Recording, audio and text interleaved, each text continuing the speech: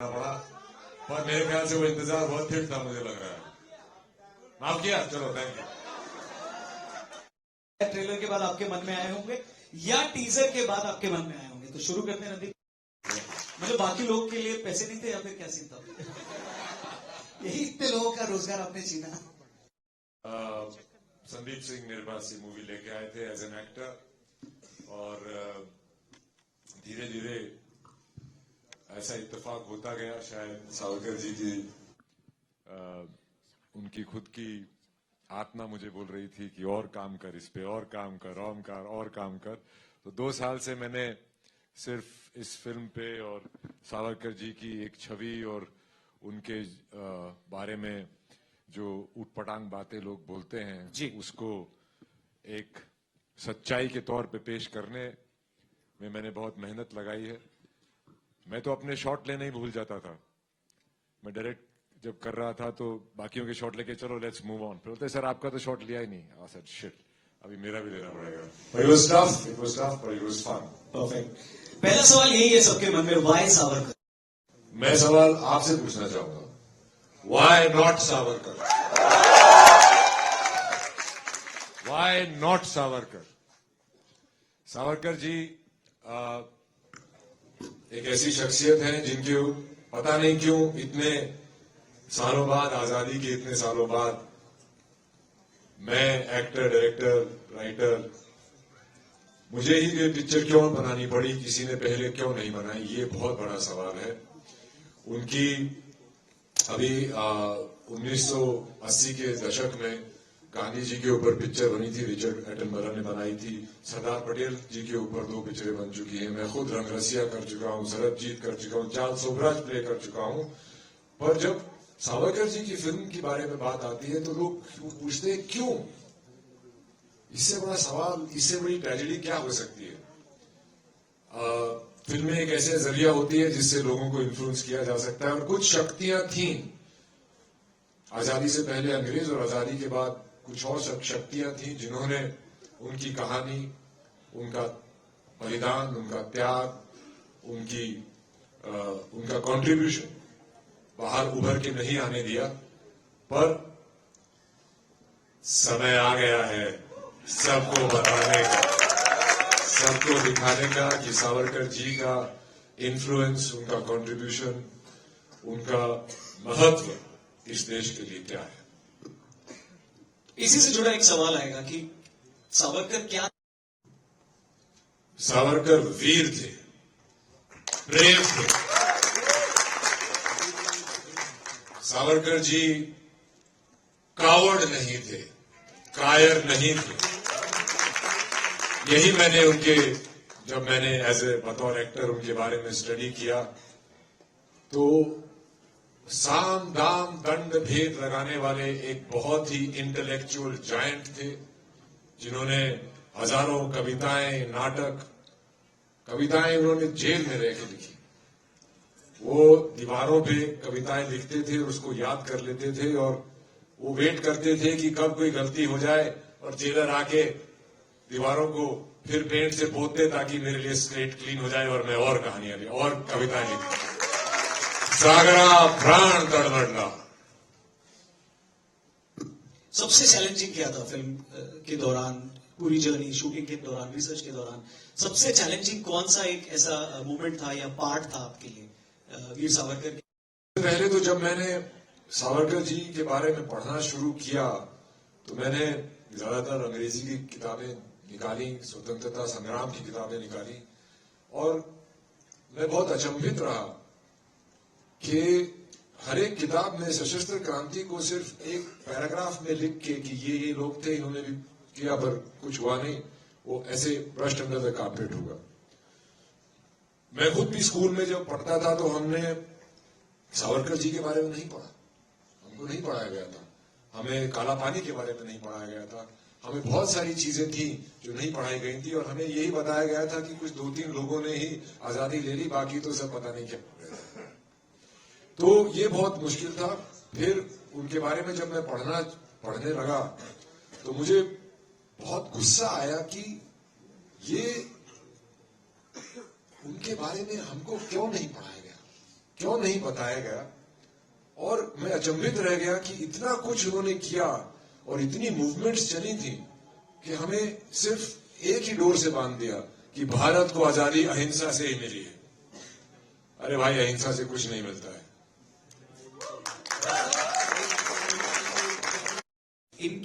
इनके बारे में, वीर सावरकर के बारे में जब भी चर्चा होती है तो उससे कंट्रोवर्सी जुड़ी होती है और उनसे उनकी आइडियोलॉजी को जोड़ के देखा जाता है। So how did you prepare yourself? जी बिल्कुल करता हूं।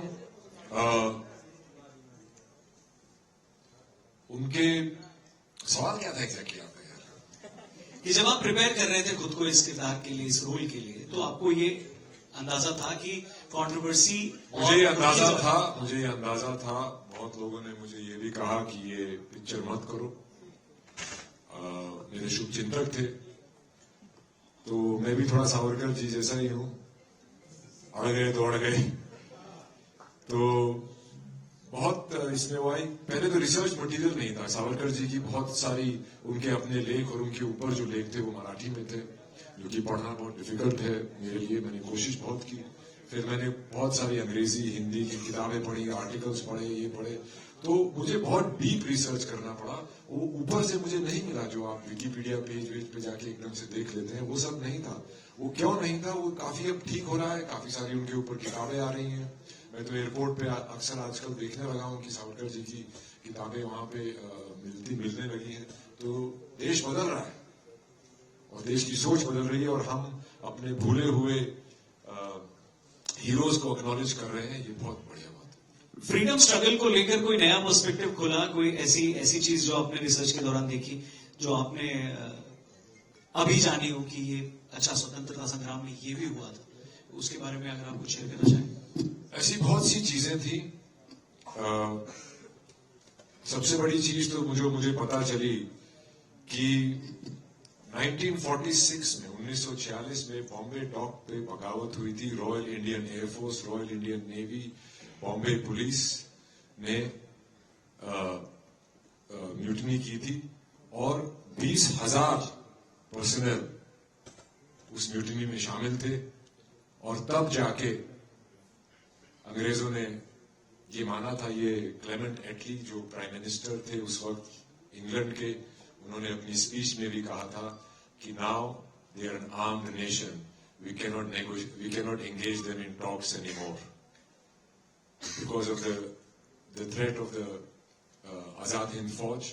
और जितने भी लोग हमारे जो शस्त्र की शिक्षा लेके फौज से जो वापस आ रहे थे, वो सब अंग्रेजों का राज मानने को तैयार नहीं थे। तो अंग्रेजों को के कॉफिन में लास्ट मेल 1946 की वो बॉम्बे डॉक म्यूटनी थी, जिसके बारे में मैंने कभी पढ़ा ही नहीं था।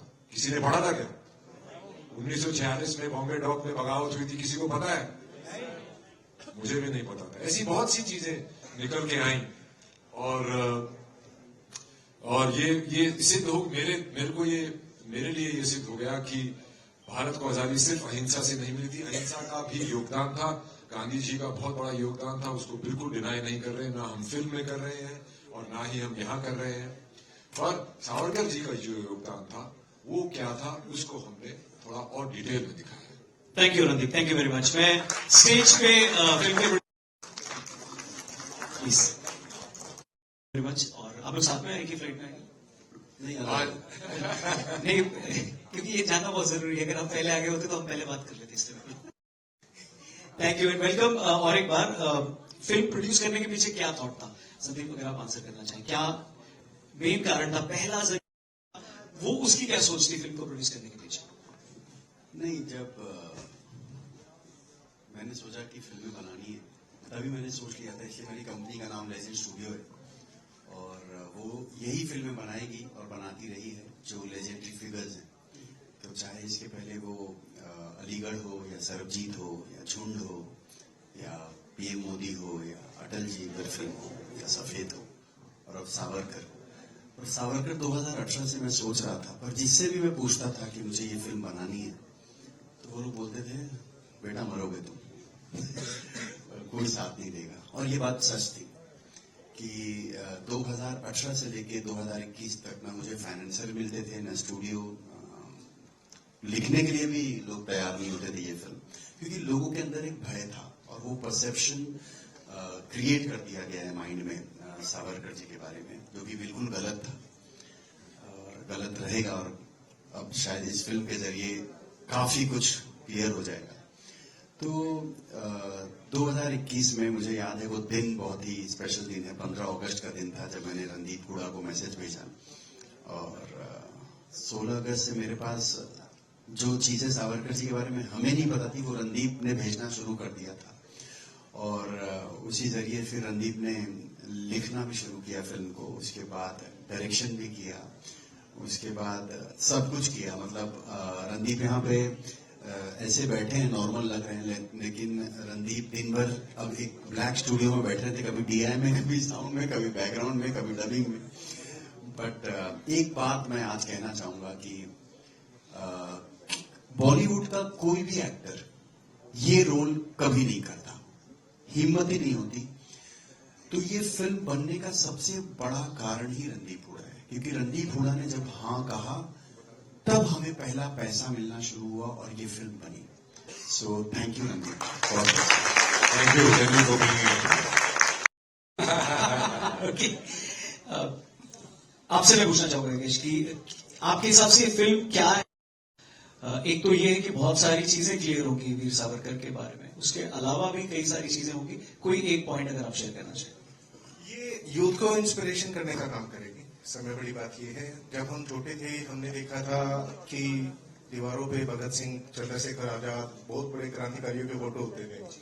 बट आज के टाइम में वो चीजें कम हो गई हैं।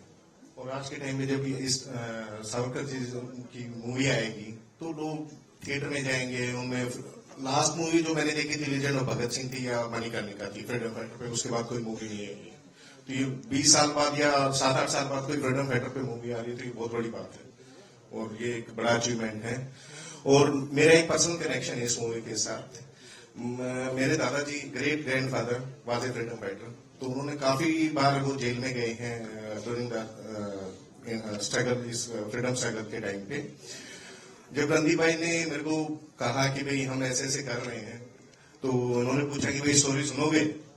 मैंने कहा नहीं। बोला क्यों? मैंने कहा अगर मैं सुनूंगा तो भी आप चेंज नहीं करोगे इसे। तो उन्होंने बोला कि ब्लाइंड खेलोगे? मैंने कहा हाँ जी ब्लाइंड खेलेंगे। मुझे आपकी आर्ट पे, आपकी क्राफ्ट पे, आपके पैशन पे और उस चीज पे भरोसा है। और मैं नया हूं इस इंडस्ट्री में, तो मैं रणदीप भाई को गाइड नहीं कर सकता है, बल्कि इनका ज्यादा एक्सपीरियंस है, ज्यादा तजुर्बा है।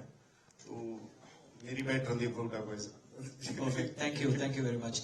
संदीप, फिल्मों में हमने इनका पोटेंशियल देखा हुआ है और लोगों ने, है ना, और उसके तो कायल ही लोग, पर इस फिल्म में इमोशनली मैंने देखा नहीं। आई थिंक जो रणदीप की बहन जो यहाँ मौजूद है अंजलि जी, हम सब ने महसूस किया है, क्योंकि रणदीप ने खाना बंद कर दिया था तो उसके बाद सब लोग रणदीप से डरने लगे, क्योंकि खाना पीना बंद था और जो भी सवाल या कुछ भी होता था तो रणदीप हैड बिकम, एक्चुअली अभी भी वो सावरकर जैसे ही हैं।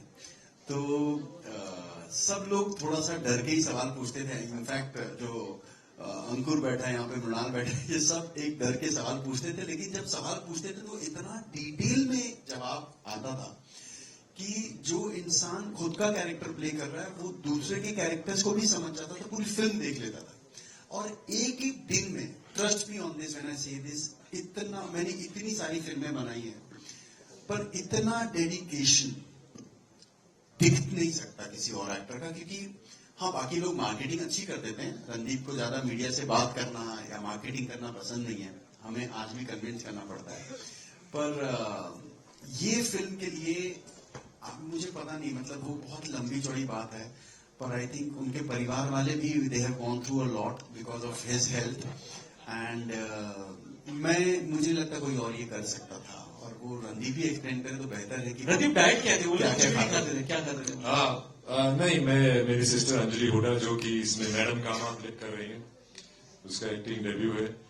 तो मैं पहले भी जब मैंने 2 लफ्जों के लिए बहुत ज्यादा मसल पुट ऑन किया था या सरबजीत के लिए वेट लॉस किया था, तो she is a internal medicine doctor and she looks after my health a lot. और इसमें मैं बीच में मेरी टांग भी टूट गई थी, तो बीच में वेट गेन दोबारा हो गया था, तो उसको दोबारा लूज करना और विद इन डेज उसमें डिफरेंस लाना, वो बहुत अंजलि ने मुझे बहुत हेल्प किया। बट वो एक हिस्सा होता है फिजिकल, जो कि आप एक रूटीन में बन के आप करने लग जाते हैं।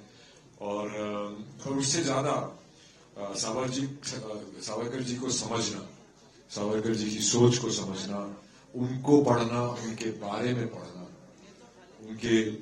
उनके आसपास के जो लोगों की कहानियां थी वो सुनना, तो उनका जो एसेंस था, उनकी जो थॉट प्रोसेस थी, और वो समझना बहुत बहुत मेरे लिए अनिवार्य था, क्योंकि मैं डायरेक्ट भी कर रहा था। और उनको समझना कॉम्प्लिकेटेड भी है और बहुत सिंपल भी है।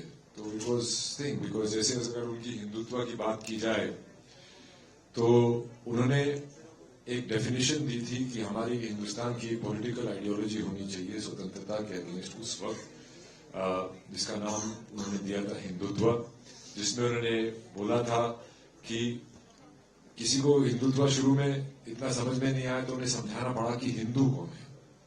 तो सिंधु नदी से सिंधु सागर तक, इसमें विशाल देश में जो भी लोग रहते हैं, जो इसको अपनी पितृभूमि मतलब अपने पूर्वजों की जमीन मानते हैं, मातृभूमि मतलब यहाँ की संस्कृति, त्योहार, खान पान, वेशभूषा को अपना मानते हैं, वो हिंदू है। जो हिंद से प्यार करे वो हिंदू है।